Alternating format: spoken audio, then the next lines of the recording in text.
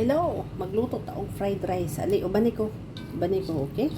Magluto ta og fried rice nga napuno og gulay. I mean, carrot.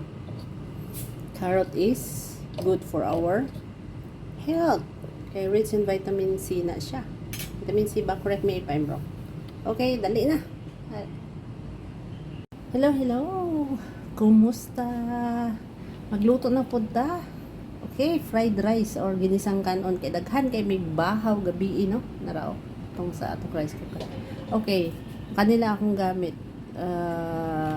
minced garlic and then minced dried prawn, then atong carrot atong grate para crunchy siya no towards the end atong ilunod, then sili na nata koy gamay nga minced meat, and of course atong rice. Kay as usual, good for 3 persons lang. O dili man kaayo po dako mi og kaon sa fried rice. Okay. So magsugod na ta. Okay. Ano tay oil.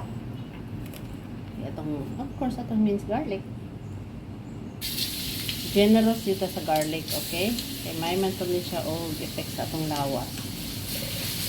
Ana akong rice, maragdaghan naman na, no? Dili gina mahurot. Kay, yeah, good for 1 meal lang man. Akong amo, si Lolo o si Lula. Shout out sa mga OFW everywhere in the world, around the globe. Ayan. Dili nato pa paguron og maayo ang garlic, kaya aron ma-mix nato sa ato ang meat. Diba, mapagod na siya karon o mapagod mag-brown kasi kay maluto ato ang meat.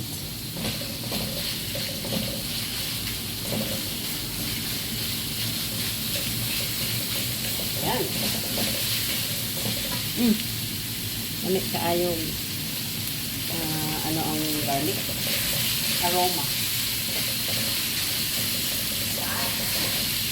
Yeah, so sa mga kapwa na po OFW, sa may mga putahe na to diya karon, comment down.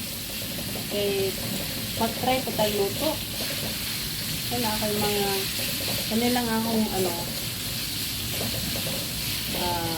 the content and is being OFW, so mag-bake, luto,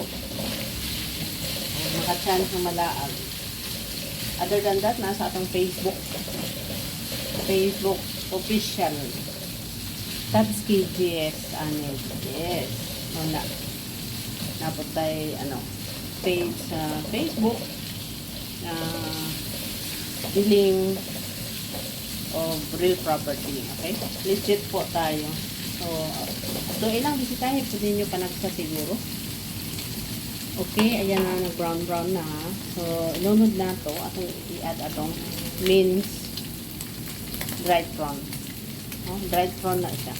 Yeah, adjust ang flame ha. Bantayin ninyo kay pag-i-adjust siya mag-brown. Kaya init ka ano yung klase sa karahay. Diba? Karahay niya sa inyo ha. Unsa man yung sa mga Bisaya karahay ni or kaniba. Amot lang sa uban. Yeah, share mo sa uban kaya makabalot ang tawag sa inyong place, inyong lugar. Yan, murag ano na dyan. Brown na dyan. So, atong ibutang atong ang rice karon. Ang carrots unya na gina. Kaya pwede mo kayo na siya kilawon, di ba? Yan. Ang ito off first. Kaya ako sang i-mix. Umaya. Yes, enough for 3 persons.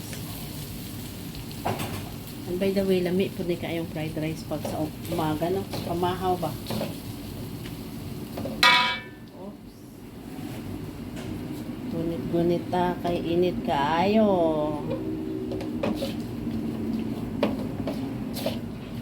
Yan. Yeah, kung saan ni karahay? Kawali or sa pa ibang possible uban term ani. Nice gani siya ay barato lang ang palit. And the secret there para di siya mag-stick. Mahimo siyang non-stick. Nagoy mga palihi ana no. Kasi gusto makabalo unsay palihi sa karahay, inyong gipalit bag-o. I-message ko, comment diha kay tuduan ta ka. Saon pa ano. Tanawa oh. Dili siya mag-stick. Ina ipalihi ana no. Thanks to my mama and papa nga mga bulanon, but they grow up in Mindanao. Ayan, mix na. So, balik na ito itong flame. Ito ibulang atong carrot. Carrot para ma-mix sa tanan, pati itong chili. And then, tapos na. Ikan lang natin. Ay, no. Wala na yung asin. Kaya ano, akong minced pork. Minced meat na ay asin.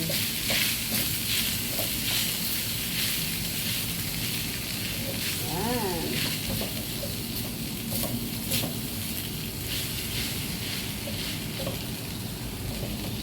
Mura o. Very colorful. Inay lang yun ang flame para dili masunog. Hindi magdukot. Pero unya ako gini ipadukot. Shout out sa mga gusto og dukot. Ayan. Atong fried rice is more on veggie. No? Main siya sa mga bata. Lawan na to ulit. Mga bata. Kay aron makataon ng gulay. Okay. Ano na ako yung secret, anak. Okay, secret na ako. Ipares ano yung atong fried rice. Ito ang sabaw. Sabaw na karne.